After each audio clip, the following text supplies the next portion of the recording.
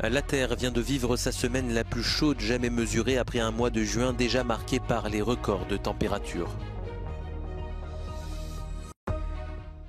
Soutien à l'Ukraine et adhésion de la Suède sont les principaux enjeux du sommet de l'OTAN qui s'ouvre ce mardi à Vilnius en Lituanie. Le président américain fait une halte à Londres avant le sommet de l'OTAN qui démarre mardi à Vilnius en Lituanie. Le temps presse, la diplomatie s'active pour convaincre la Russie de prolonger l'accord sur les céréales ukrainiennes transportées par la mer Noire.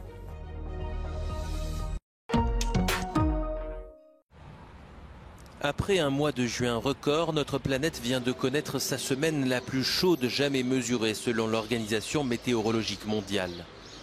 D'après l'Observatoire européen Copernicus, la journée du jeudi 6 juillet a été la plus chaude jamais mesurée, avec une température moyenne sur Terre de 17,08 degrés. La chaleur et la sécheresse augmentent le risque d'incendie dans de nombreux pays. En France, les habitants de la Gironde se souviennent des incendies massifs de l'été dernier. Ils vivent dans la crainte de voir leur environnement de nouveau dévasté par les flammes. On y pense tous les jours.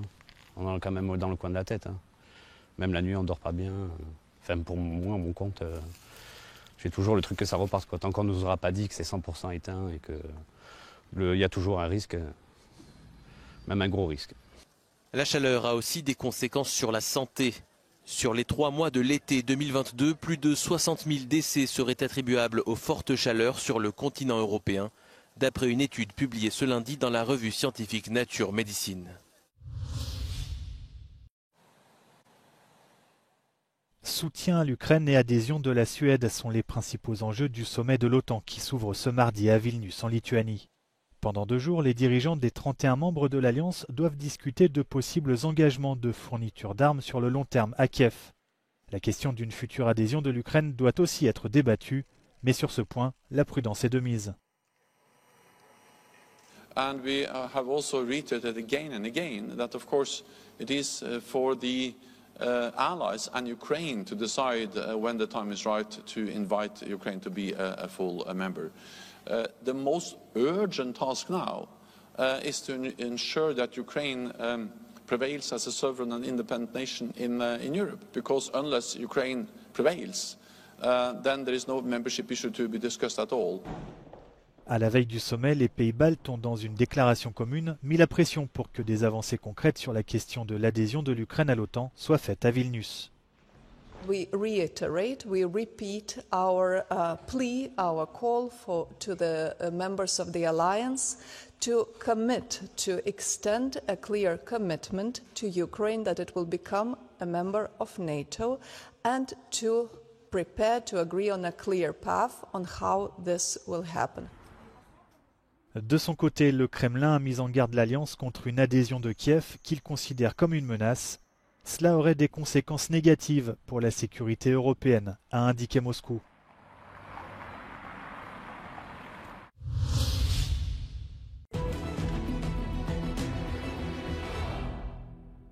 The past weekend marked 500 days since Russia launched its full-scale invasion, and as the Institute for the Study of War says, an unprovoked war of conquest against Ukraine.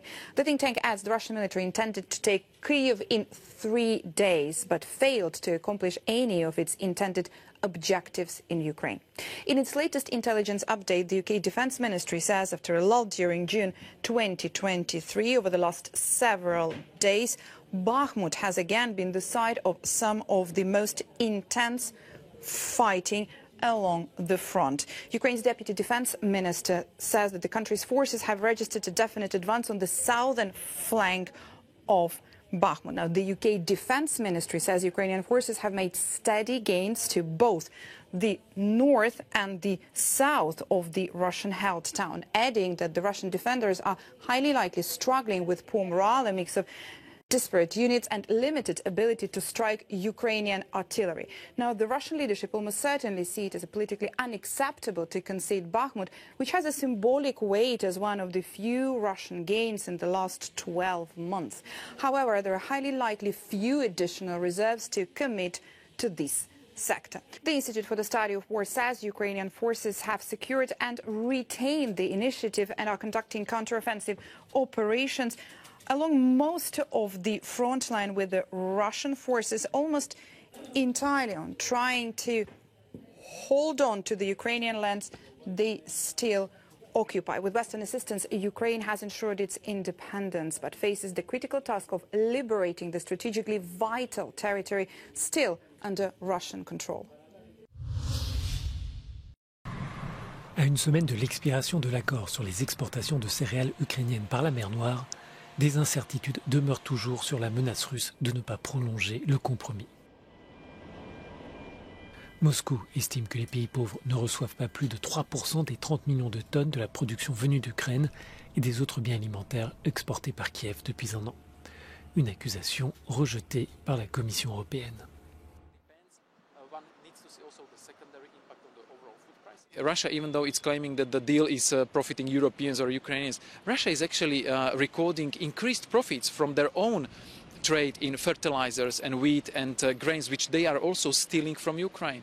So anything that comes from Russia are basically just lies, lies and lies connected to the illegal campaign against Ukraine.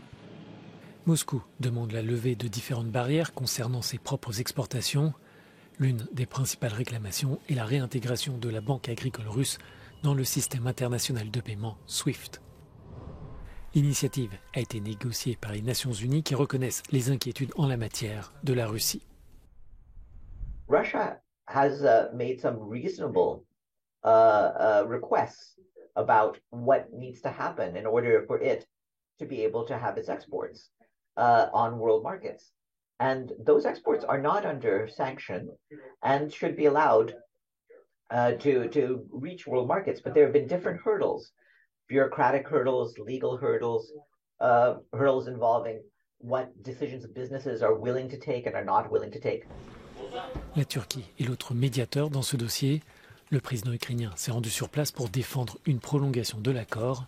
En cas d'échec des discussions, le prix des denrées alimentaires pourrait augmenter et accentuer la crise humanitaire dans certains pays comme l'Afghanistan, l'Éthiopie, le Kenya, la Somalie, le Soudan et le Yémen.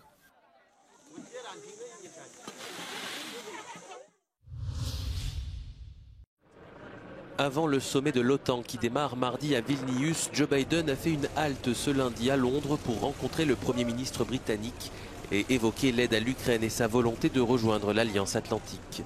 Une hypothèse peu probable en l'état car cette adhésion signifierait que l'OTAN entrerait automatiquement en guerre contre Moscou.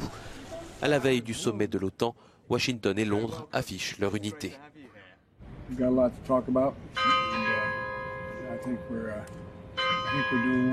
I think we're moving along in a way that's positive, but our relationship is rock solid with people in the United States, Great Britain, and I look forward to our discussions.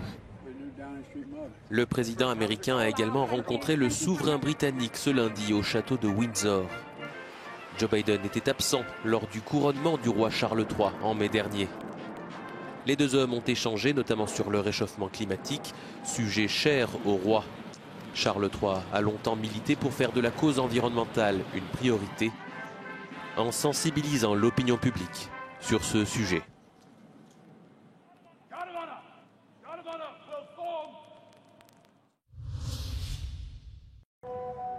La voie est désormais ouverte pour le transfert de données entre l'Union européenne et les États-Unis après l'annonce faite lundi par la Commission européenne.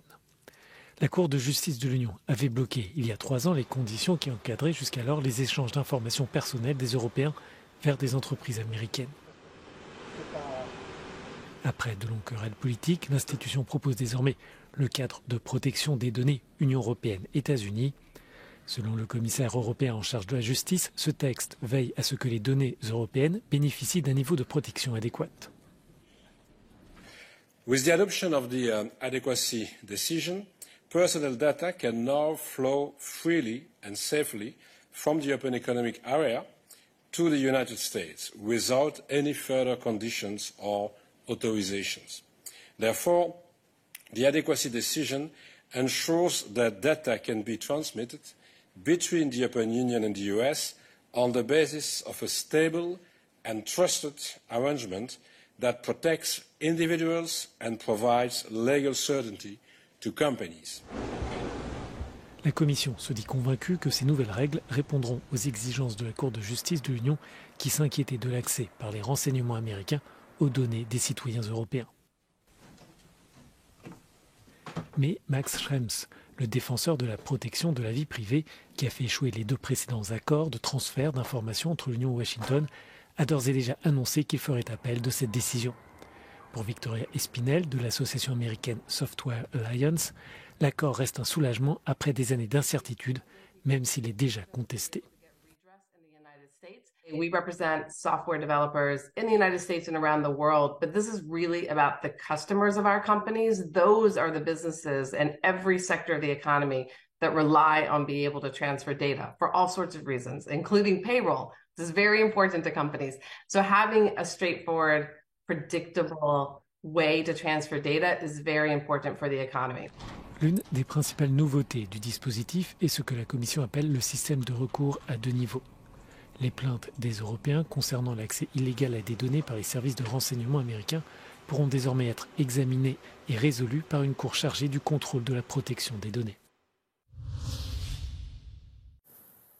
Aucune trace du petit Émile, disparu samedi en fin d'après-midi dans le hameau du Haut-Vernay en France. Après 48 heures de battue dans un périmètre de 5 km, les autorités ont décidé de changer de méthode. Les recherches doivent se poursuivre ce mardi avec un dispositif plus ciblé et sélectif avec des moyens spécialisés pour trouver des traces et des indices dans cette zone escarpée et parsemée de cours d'eau. Âgé de 2 ans et demi, Émile venait d'arriver dans ce minuscule hameau des Alpes de Haute-Provence chez ses grands-parents pour les vacances.